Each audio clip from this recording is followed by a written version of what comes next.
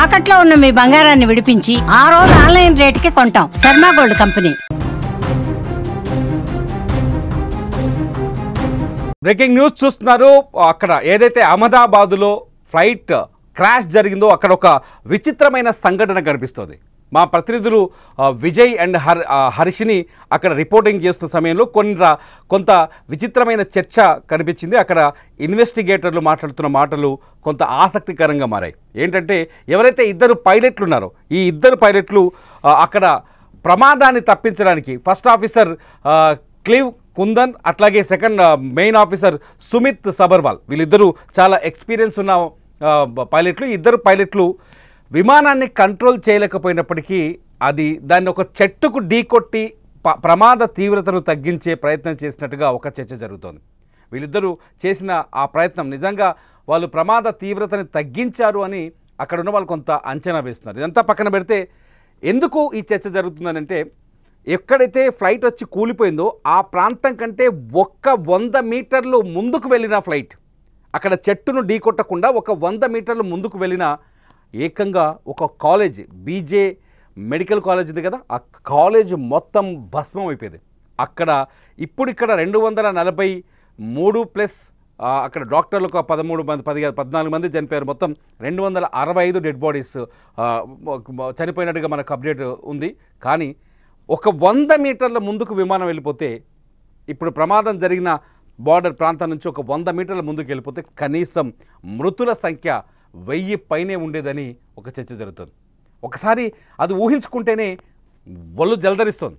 ఒకసారి మీరు మా ప్రతినిధి విజయ్ అండ్ హర్షిని చేసిన ఒక గ్రౌండ్ రిపోర్ట్ని ఇప్పుడు చూడండి, మీకే ఈ విషయం అర్థమవుతుంది. ఎస్, ప్రస్తుతం అయితే నేను అహ్మదాబాద్లో జరిగినటువంటి ఫ్లైట్ క్రాష్ జరిగిన లొకేషన్లో నేను సీనియర్ జర్నలిస్ట్గా విజయ్ అలాగే హర్షిని ఇద్దరం కూడా 2 టీమ్స్గా హైదరాబాద్ నుంచి సుమన్ టీవీ కోసం ప్రత్యేకంగా ఎక్స్క్లూజివ్ కవరేజ్ ఇవ్వడం కోసం ఇక్కడికి వచ్చాం. సో ఇక్కడ మేము ఎక్స్ప్లోర్ చేసిన మా ఎక్స్పీరియన్స్ను కూడా మీకు వివరించే ప్రయత్నం చేస్తాం. నిన్న నైట్ ఇక్కడ మేము రావడానికి జరిగింది నిన్న మధ్యాహ్నం 1 గంట అయితే మేము వచ్చేసరికి ఆల్మోస్ట్ 10:30 అయింది. 10:30 నుండి మళ్ళీ అక్కడ బ్యారికేడ్స్ పర్మిషన్స్ తీసుకొని ఘటనా స్థలానికి రావడానికి మాకు 20 మినిట్స్ పట్టింది. అదే మన సునీత విలియమ్స్ పైకి వెళ్ళినప్పుడు కూడా ఆ బోల్ట్లు అనేది లూజ్ అయ్యి అక్కడ వాళ్ళు గత 9 నెలల పాటు అక్కడ ఉండిపోవాల్సి వచ్చింది. అది కూడా ఆ స్పేస్ క్రాఫ్ట్ కూడా రిలేటెడ్ టు బోయింగ్ కంపెనీ అనమాట. సో ఇప్పుడు తరచు మనం చూసుకుంటే ఆల్మోస్ట్ 100 ఇన్సిడెంట్స్ దాకా నమోదై ఉన్నాయి. ఇక్కడ బోయింగ్ దట్టు మనకి ఇంటర్నేషనల్ క్యారియర్ అనగానే తీవ్రత అర్థమైంది. అందుకోసం హుటాహుటిన ఇక్కడికి రావడం జరిగింది. ఇక్కడికి వచ్చేసరికి కూడా మంటలు ఆర్పుతూ ఉన్న సందర్భం అనమాట. మధ్యాహ్నం నుండి మంటలు ఆర్పుతూ ఉన్న ఆగని సందర్భం అది. అప్పటికీ క్యాజువాలిటీస్ నమోదు అవుతూనే ఉన్నాయి, అప్పటికి తీస్తూనే ఉన్నారు. కొన్ని హృదయ విదారకమైన దృశ్యాలు కూడా చూడాల్సి వచ్చింది. అంటే ఎప్పుడు ఎక్కడా జరగకూడని సిచ్యువేషన్ ఇది. ఇలాంటి ఘటన ఎక్కడా జరగకూడదు. మేము వచ్చేసరికి ఇక్కడ మేము వస్తున్నప్పుడు దారిలో ఆల్మోస్ట్ తల తెగి పడిపోయిన, అంటే అది ఫ్లైట్ ఎంత స్లోగా వెళ్ళినా కొన్ని వందల మైళ్ళ దూరంలోనే ఉంటుంది. సగం పార్ట్ మనకి టెయిల్ పార్ట్ అయితే మెస్ని హిట్ చేసిన తర్వాత ముందర పార్ట్ సగం పార్ట్ అదే వేగంతో ముందున్న బిల్డింగ్స్ మీద పడి అక్కడే కాక్పిట్ అయితే ఎక్కడైతే పైలట్స్ కూర్చుంటారో అక్కడ ఇరుక్కుపోవడం జరిగింది. నేను వచ్చేసరికి ఆల్మోస్ట్ ఇంకా మంటలు చెలరేగుతూనే ఉన్నాయి, ఆర్పుతూ ఉన్నారు. నేను వచ్చిన టైంకి కరెక్ట్గా ఎయిర్ ఇండియా సభ్యులు కూడా కొంతమంది రావడం జరిగింది. వాళ్ళని తీసుకొని సంఘటన స్థలానికి వెళ్ళారు. అప్పటికి వాళ్ళందరూ వెతుకుతూ ఉన్నది ఏంటి అంటే బ్లాక్ బాక్స్ గురించి. బ్లాక్ బాక్స్ నేను వచ్చిన 1 గంట తర్వాత వాళ్ళు రికవర్ చేసుకోవడం జరిగింది. ఇంకా కీలకమైన సాక్ష్యాలు అవన్నీ కూడా వాళ్ళు సేకరిస్తూ ఉన్నారనమాట. ఎయిర్ ఇండియా టీము అలాగే government and police department team. So మీరు చెప్తున్నట్టుగా అంటే హర్షిని ఇక్కడికి వచ్చే సమయానికి మొత్తం పరిస్థితి అంతా కూడా భయంకరంగా ఉంది. వైపు మంటలాడుతున్నారు, క్యాజువాలిటీస్ని నేరుగా హాస్పిటల్కి తీసుకెళ్తున్నారు. సో నాకు ఇన్ఫర్మేషన్ వచ్చిన తర్వాత నేను ఢిల్లీలో ఉండడం జరిగింది. ఇవాళ మార్నింగ్ వచ్చాను. అయితే మార్నింగ్ ఇక్కడికి వచ్చాక అందరూ కూడా అసలు యాక్సిడెంట్ ఎలా జరిగింది, యాక్సిడెంట్ జరగడానికి మెయిన్ రీజన్ ఏంటి, ఏదైనా కూడా అందరూ ఏమంటున్నారంటే మేము నిల్చున్నటువంటి ఈ ప్లేస్కి ఇక్కడ మీకు వెనక కనిపిస్తున్నాయి కదా ఈ బిల్డింగ్స్, దాదాపుగా 10 బిల్డింగ్స్ ఉన్నాయి. ఈ 10 బిల్డింగ్స్కి వెనక కొంత దూరంలో ఎక్కడైతే ఇప్పుడు మీరు చూస్తున్నటువంటి విజువల్లో టైల్ పార్ట్ ఉందో ఆ టైల్ పార్ట్ ఆ వెనకున్నటువంటి ఒక చెట్టును ఢీకొట్టడం జరిగింది. చెట్టును ఢీకొట్టిన వెంటనే ఆ టైల్ పార్ట్ అక్కడ బిల్డింగ్ని టచ్ చేయడం జరిగింది. అక్కడ ఒక బీమ్ని టచ్ చేసిన తర్వాత టైర్స్ కూడా టచ్ చేసిన తర్వాత నెక్స్ట్ మిగిలినటువంటి హర్షిని చెప్పినట్టుగా మిగిలిన పార్ట్ అంతా కూడా బిల్డింగ్కి ముందు వైపు ల్యాండ్ అయింది, అంటే క్రాష్ అయింది. క్రాష్ అవ్వడంతో ఈ చెట్లన్నీ కూడా పూర్తిగా కాలిపోవడం జరిగింది. అలా కాకుండా ఒకవేళ ఈ బిల్డింగ్ కాకుండా మీరు ఇప్పుడు నా ఎదురుగా ఉన్నటువంటి కెమెరామెన్ వెనక కేవలం 50 అడుగుల దూరంలో కానీ ఒకవేళ ఫ్లైట్ కానీ క్రాష్ అయి ఉంటే మృతుల సంఖ్య మరింత పెరిగే అవకాశం ఉంది. ఈ కాలేజీకి వెనక గవర్నమెంట్ హాస్పిటల్ ఉంటుంది, సివిల్ హాస్పిటల్. ఇది వేల మంది అక్కడ ట్రీట్మెంట్ తీసుకుంటుంటారు. కేవలం కొన్ని అడుగుల దూరంలో కానీ ఒకవేళ ఫ్లైట్ కానీ క్రాష్ అయి ఉంటే అక్కడ కానీ కూలిపోయి ఉంటే మరింత దారుణం జరిగి ఉండేది. వేల మంది చనిపోయినటువంటి పరిస్థితి మనం చూసేవాళ్ళం. ఈ విషయంలో కూడా గుడ్ థింగ్ ఏంటంటే పైలట్లు ఎంత కాపాడడానికి ప్రయత్నించాలనుకున్నా కూడా అప్పటికే మేడే అనేటువంటి ఒక అలర్ట్ ఇవ్వడం జరిగింది. కేవలం ఫ్లైట్ టేకాఫ్ అయినటువంటి 53 సెకండ్స్లోనే క్రాష్ అయిపోయింది. సో ఇంకెక్కడా కూడా అక్కడ సేఫ్ చేసేటువంటి పరిస్థితులు లేవు, రియలైజ్ అయ్యే పరిస్థితి లేదు. ఏం చేయాలి వాళ్ళు అసలు అవగాహన తెచ్చుకునే లోపలే దహనం అయిపోయారు. సో ఒకవేళ కొంత ముందుగా వెళ్ళి కేవలం ఒక 100 అడుగుల దూరంలో లేదంటే ఒక 200 అడుగుల దూరంలో కానీ ఫ్లైట్ కానీ క్రాష్ అయ్యింటే వాళ్ళ పరిస్థితి మరింత దారుణంగా ఉండేది. నిజంగా లోపలికి వెళ్ళానండి. నేను లోపలికి వెళితే మనం మాత్రమే సుమన్ టీవీ ఎక్స్క్లూజివ్గా లోపలికి వెళ్ళడం జరిగింది. నేను వెళ్ళాను, హర్షిని వెళ్ళారు. నేనైతే నేరుగా ప్రతి బిల్డింగ్ని కూడా విజిట్ చేశాను, మీకు కూడా వీడియోస్ కూడా చూపించాను. నిజంగా అక్కడ భోజనం ప్లేట్లో పెట్టుకొని ఆ రోటీ, ఆ సబ్జా అవన్నీ కూడా పెట్టుకొని తింటున్న క్రమంలో వాళ్ళకి ఒక్కసారిగా మంటలు వ్యాపించేసాయి. ఇక్కడ 100 మంది ఉన్నారు, వాళ్ళకి ఏం తెలియదు, ఏం జరుగుతుందో తెలియదు. ఏదైనా ఉగ్రవాదులు ఏదైనా అటాక్ చేశారా, బాంబ్ బ్లాస్ట్ అయిందా, లేదంటే ఫైర్ యాక్సిడెంట్ జరిగిందా అని అసలు వాళ్ళకి ఏం తెలియదు. మంటలు వస్తున్నాయి, కొంతమంది చనిపోతున్నారు, కొంతమంది గోడలు దూకి పరిగెత్తుతున్నారు, కొంతమంది బిల్డింగ్స్ దూకేశారు. సో ఎక్కడ చూసినా కూడా ఒక శ్మశాన వాతావరణమే కనిపించిందని చెప్పచ్చు. నిజంగా బతికిన వాళ్ళు నిజంగా అదృష్టవంతులు అనాలో లేదంటే అసలు ఏ సంబంధం లేకుండా నిజంగా హాస్టల్లో ఉంటూ భోజనం చేస్తున్న వాళ్ళు, కొంతమంది హాస్టల్లో ఉంటున్న వాళ్ళు చనిపోవడం అనేది నిజంగా దారుణం. ఎందుకంటే మనం చూస్తుంటాం చాలా ప్రాంతాల్లో కూడా, మన హైదరాబాద్లో కూడా గతంలో ఇంటర్నేషనల్ ఇప్పుడు శంషాబాద్ ఎయిర్పోర్టు షిఫ్ట్ కాకముందు ఇదే విధంగా అహ్మదాబాద్లో ఏ విధంగా సిటీకి మధ్యలో జనవాసాలకు మధ్యలో ఎయిర్పోర్ట్ ఉంటుందో బేగంపేట ఎయిర్పోర్ట్ కూడా ఒకప్పుడు అలాగే ఉండేది. అలా ఫ్లైట్ టేకాఫ్ అయిన తర్వాత చుట్టుపక్కల ఉన్నటువంటి బిల్డింగ్స్ మీద కొలాప్స్ అవ్వడం, క్రాష్ అవ్వడం అనేది కూడా ఎవరు ఊహించరు. రోజు ఈ విమాన శబ్దాలు వింటూ ఉంటారు, టేకాఫ్ శబ్దాలు వింటూ ఉంటారు, ల్యాండ్ అయ్యే శబ్దాలను కూడా వింటూ ఉంటారు. ఇది రోజువారీ ప్రక్రియలో జరిగేటువంటి ఒక సామాన్యమైనటువంటి పరిస్థితి. అలాంటి విమానం తమ ప్రాణాలను తీసేస్తుందని, తమ జీవితాలను బుగ్గిపాలు చేసేస్తుందని ఎవరు కూడా ఊహించి ఉండరు. మీరేమంటారు హర్షిని? అవునండి సార్, విజయ్ గారు చెప్పింది ఇక్కడ కరెక్ట్గా కళ్ళకు కట్టినట్టుగా మేము చూసిందే మీకు చెప్పాము. ఇక్కడ ఏ స్పెక్యులేషన్స్ లేవు. ఇంత పెద్ద ప్రమాదం 6872 కిలోమీటర్లు అహ్మదాబాద్ నుండి లండన్కి డిస్టెన్స్, అంటే 6800 కిలోమీటర్లు మీకు కవర్ చేయాలంటే ఎంత ఫ్యూయల్ లోపల నింపుంటారో ఒక్కసారి అర్థం చేసుకోండి. అంత ఫ్యూయల్ జస్ట్ టేక్ ఆఫ్లోనే ఇంత ఫ్యూయల్ వాళ్ళు క్రాష్ అవడంతో నిండుగా ఉన్న ట్యాంక్ ఫ్యూయల్ మొత్తం బ్లాస్ట్ అవ్వడం, దానివల్ల మీరు చూడగలరు వెనక ఎంత విస్తృతంగా వచ్చేసాయో మంటలు ఇక్కడ దాకా. పాపం రెసిడెంట్స్ అనేది ఇక్కడ డాక్టర్స్ కూడా మాట్లాడడానికి మేము మాట్లాడలేకపోతున్నారు, మాటలు రావట్లేదు. ప్రమాదం నుంచి తప్పించుకున్నామని ఆనందపడాలో అసలు మా కొలీగ్స్ వీళ్ళందరికీ ఏమైంది, అసలు ఎవరున్నారో ఎవరు లేరో అని ఆందోళన చెందాలో అని మాకు అర్థం కావట్లేదు. అది ఈ దుర్ఘటన ఎంతోమంది ప్రాణాలు కాపాడే డాక్టర్స్ రెసిడెంట్స్ మీద పడడము జరగడం అనేది ఇంకా చాలా దారుణం. సో నిజంగా ఈ విషయంలో కూడా ఏవియేషన్ డిపార్ట్మెంట్ కూడా టెక్నికల్గా కొంత అలర్ట్ అవ్వాల్సినటువంటి అవసరం ఉంది. R&D జరగాలి. ఎప్పటి నుంచో కూడా ఏదన్నా విమానంలో టెక్నికల్ ప్రాబ్లం వచ్చినప్పుడు ఇంజిన్ నుంచి ఏదైతే ప్యాసింజర్స్ క్యారీ అవుతున్నటువంటి ఆ పార్ట్ వరకు కూడా పారాచూట్ ద్వారా సపరేట్ అవ్వాలి అని గత దశాబ్ద కాలం నుంచి కూడా దీని గురించి అనేక చర్చలు జరుగుతున్నాయి. కానీ ఇప్పటివరకు కూడా ఎక్కడ కూడా ప్రాక్టికల్గా అది ప్రూవ్ కాలేదు. సో ఇప్పటికైనా కూడా ఏవియేషన్ డిపార్ట్మెంట్స్, అంటే కిందున్నటువంటి ఈ భూమి మీద నుంచి చంద్రుడి మీదకి మనుషులు పంపుతున్నాం, అలాగే ఫ్లైట్స్ ఇలా సాధారణంగా క్యారీ అవ్వడం అనేది, ప్యాసింజర్ ట్రావెల్ చేయడం అనేది సర్వసాధారణంగా మారిపోయినటువంటి ఈ ఆధునిక కాలంలో అందరూ కూడా ట్రైన్స్ 2 టైర్ ఏసీ 3 టైర్ ఏసీలో ఎలా ట్రావెల్ చేస్తున్నారో అలా ఫ్లైట్లో చాలా ఈజీగా ట్రావెల్ చేసే పరిస్థితి ప్రతి ఒక్కరు కూడా ఆఫర్ చేసేటువంటి ప్రైసెస్ వచ్చాయి. కానీ ఇంత డెవలప్మెంట్ అయితే జరిగినా కూడా, ఇంత టెక్నాలజీ ఉన్నా కూడా నిజంగా ఇంకా ఫ్లైట్స్ యాక్సిడెంట్ అవ్వడం అనేది, వందల మంది చనిపోవడం అనేది, అందులో కూడా ఆ ఫ్లైట్ కూడా జనావాసాల మీద పడడం అనేది నిజంగా బాధాకరం. ఇండియాలో జరిగినటువంటి ఫ్లైట్ క్రాష్ యాక్సిడెంట్స్లో ఇదొక బిగ్గెస్ట్ యాక్సిడెంట్గా చెప్పాలి, ఇదొక విషాదకరమైనటువంటి ఇన్సిడెంట్గా చెప్పాలి. ఈ వార్తని కవర్ చేయడం కూడా నిజంగా మాకు కూడా చాలా బాధగా ఉంది.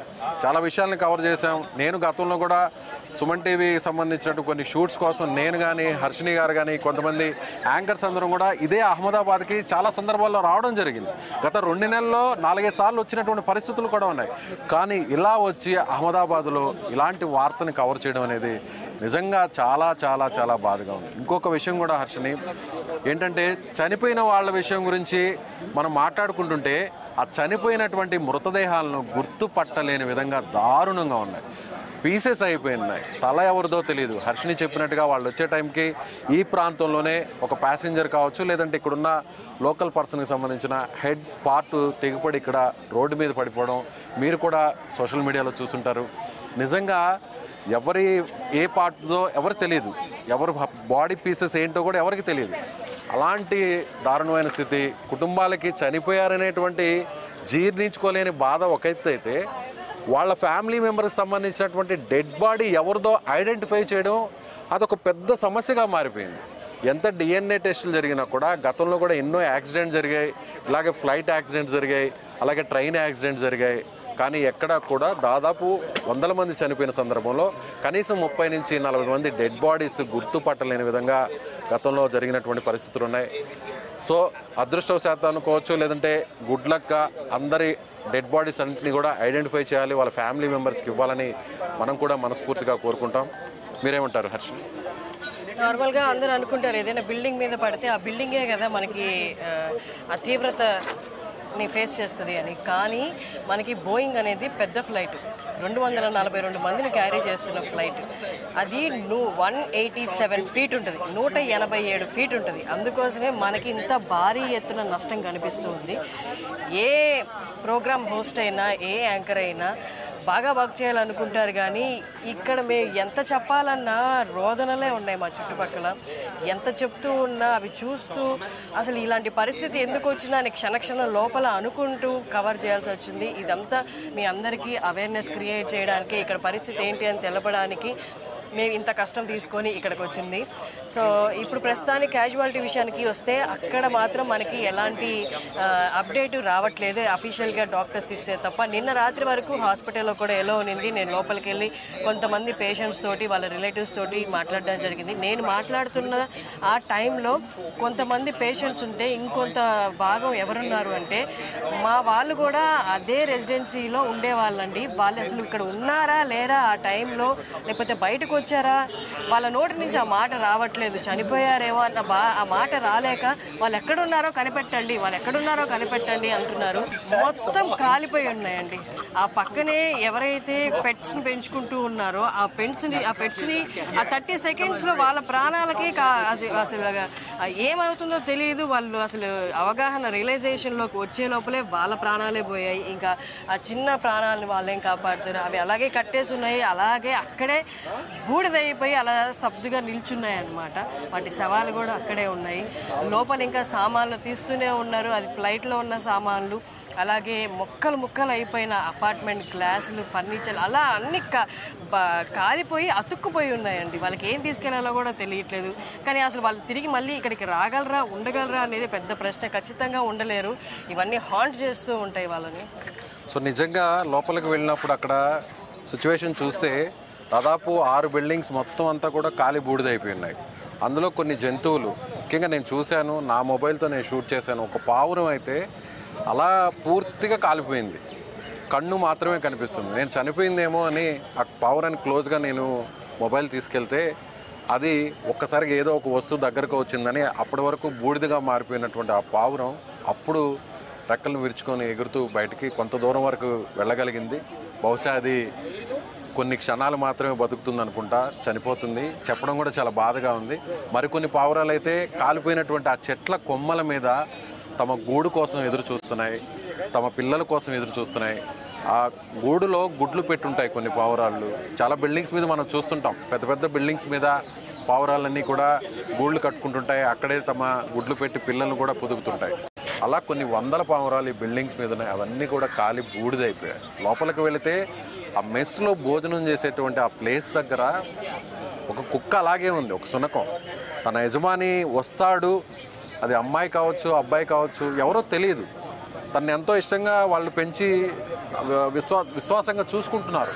ఆ కుక్క దాని లాయల్టీ ఎలా ఉందంటే, నా యజమాని వస్తాడు, ఇక్కడికి వస్తాడు, తను కంచంలో తింటున్నటువంటి భోజనంలో ఒక ముద్ద నాకు పెడతాడు, ఒక రొట్టె ముక్క నాకు తీసి పెడుతుంది అని ఆశగా ఎదురు చూస్తున్నటువంటి ఆ దృశ్యాలు నిజంగా చాలా చాలా చాలా చాలా బాధ కలిగించాయండి. నిజంగా ఓవైపు టెక్నీషియన్స్ వస్తున్నారు, ఓవైపు ఎవరైతే R&D డిపార్ట్మెంట్స్ వస్తున్నారు, ఫోరెన్సిక్ వాళ్ళు వస్తున్నారు, ఏవియేషన్ డిపార్ట్మెంట్స్ వాళ్ళు వస్తున్నారు, రెస్క్యూ టీమ్స్ వస్తున్నాయి, ఎవరి పనులు వాళ్ళు చేసుకుంటున్నారు, శబ్దాలు వస్తున్నాయి, బిల్డింగ్ మొత్తం కూలిపోయింది. కానీ ఆ కుక్క మాత్రం అలాగే టేబుల్ కింద చూస్తూ ఏ కదలిక వచ్చినా తన యజమాని వస్తున్నాడేమో అంటూ అటువైపు చూడడం నిజంగా చాలా బాధ కలిగించింది. అంటే నిజంగా ఇలాంటి ప్రమాదాలు జరిగినప్పుడు ఎంత దారుణమైనటువంటి పరిస్థితులు ఉంటాయో మనసును అలా పిండేసేటువంటి దృశ్యాలు లోపల కనిపిస్తున్నాయని మీకు చెప్పడం కోసమే ఇంత డీటెయిల్డ్గా మేము చెప్పే ప్రయత్నం చేస్తున్నాం. దారుణమైన విషయము, చూసిన వెంటనే కడుపు తరుక్కుపోయే విషయము. చిన్నపిల్లల ఆట వస్తువులు, వాళ్ళ చేతి బ్రేస్లెట్స్, పట్టీలు ఉన్నాయి. అంటే మీరు దాన్ని బట్టి అర్థం చేసుకోవచ్చు వాళ్ళు ఎలాంటి పరిస్థితుల్లో చనిపోయి ఉంటారు అనేది. పిల్లల చిల్డ్రన్ బాడీని అయితే అక్కడ లేదు, తరలించేశారు. కానీ వాళ్ళకి సంబంధించిన ఆట వస్తువులు అవన్నీ అక్కడ చూస్తూ ఉంటే అమ్మాయి అసలు భరించలేము. అసలు అది ఎంత వేదన, ఎంత బాధ. చిన్న దెబ్బ తగిలితే తట్టుకోలేరే, కేవమని ఏడుస్తారే. అలాంటి పిల్లలు మన విజువల్స్లో చూడొచ్చు. ఒక హోల్ ఫ్యామిలీ, 5 మెంబర్స్ ఉన్నారు ఫ్యామిలీ, అందరూ ఇంతున్నారు, 3 పిల్లలు. ఫస్ట్ టైం వెళ్తున్నారంట లండన్కి, అక్కడ సెటిల్ అయిపోవడానికి. వాళ్ళకి ఏం తెలుసు, ఏమి తెలియకుండానే ప్రాణాలు కోల్పోవడం జరిగింది. అమ్మున్నారు నారున్నారు అని ధైర్యం కూడా లేదు. వాళ్ళేం చేయగలరు? మంటలు వ్యాపించేశాక ఎవరు ఏమీ చేయలేరు. అలాంటి పరిస్థితి. సో ఇంకొక విషయం కూడా చెప్పాలండి. జనరల్గా చిన్నపిల్లలు కానీ పెద్దవాళ్ళు కానీ అలా విమానం సౌండ్ వస్తూ పైన వెళ్తుంటే అది ఎంత వయసు వాళ్ళైనా సరే, ఏ హోదాలో ఉన్న వాళ్ళైనా సరే అలా ఆశగా ఒక్కసారిగా ఆశ్చర్యంగా ఆ విమానం వైపు చూస్తుంటారు. అలా ప్రతిరోజు అలా చూసే పిల్లలు ఆ విమానం వల్లే తమ ప్రాణాలు పోతాయని, తమ కుటుంబాలని కోల్పోతారని ఎవరు కూడా జీవితంలో ఎవ్వరూ ఊహించరు. అలాంటి దారుణమైనటువంటి భయానక పరిస్థితి ఇక్కడ రావడం అనేది చాలా చాలా చాలా దారుణం అనే చెప్పాలి. అన్ని కమ్యూటేషన్స్లో సేఫెస్ట్ కమ్యూటేషన్ అనేది ఈ ట్రావెల్ అనేది ఏరోప్లేన్ ద్వారానే అంటారు. ఎందుకంటే దాని ఫెయిల్యూర్ రేషియో 0.01% అంటారు. లేదా అది కూడా కాదంటే 1% అంటారు. 99% మీరు సురక్షితంగా మీ గమ్యానికి చేరుతారని అష్యూరెన్స్ ఉందన్నమాట ఫ్లైట్లో. అది మనం బస్సు, రోడ్వేస్ ట్రావెల్స్ లేదా రైల్వే ట్రావెల్స్ తీసుకుంటే మనం తరచూ అవి ప్రమాదాలకు గురవడం చూస్తూనే ఉంటాం. చాలామందికి భరోసా ఉంది ఈ జర్నీ మీద. అలాగే ఏరోప్లేన్ అంటే సార్ చెప్పినట్టు, విజయ్ గారు చెప్పినట్టు అందరికీ ఒక ఆనందం, హ్యాపీనెస్ అనమాట. ఫ్లై చేయడం అనేది అందరికీ జీవితంలో ఒక్కసారైనా ఫ్లైట్ ఎక్కాలని ఉంటుంది, ఒక ఆనందంతో కూడింది ఇది. సో అందుకోసమే ఏమో ఇంత ఆందోళన, ఇంకొకసారి ఫ్లైట్ ఎక్కగలమా, అందరికీ ఫ్లైట్ మీద మన సాంకేతిక లోపం అయితే లేకపోతే కరెక్ట్గా అన్నీ పర్ఫెక్ట్గా ఉన్నాయని చెక్ చేసుకోకపోవడం ఒక కారణం అయితే అక్కడ మనకి కనిపిస్తుంది. ఆల్రెడీ రిలీజ్ చేశారు గవర్నమెంట్. రీజన్ ఏంటి అనేది అక్కడ ఫ్యూయల్ కంజక్షన్ అయితే జరిగిందని చెప్తున్నారు. దానికి రీజన్స్ కూడా మనకి ఇంకా తెలియాల్సి ఉంది.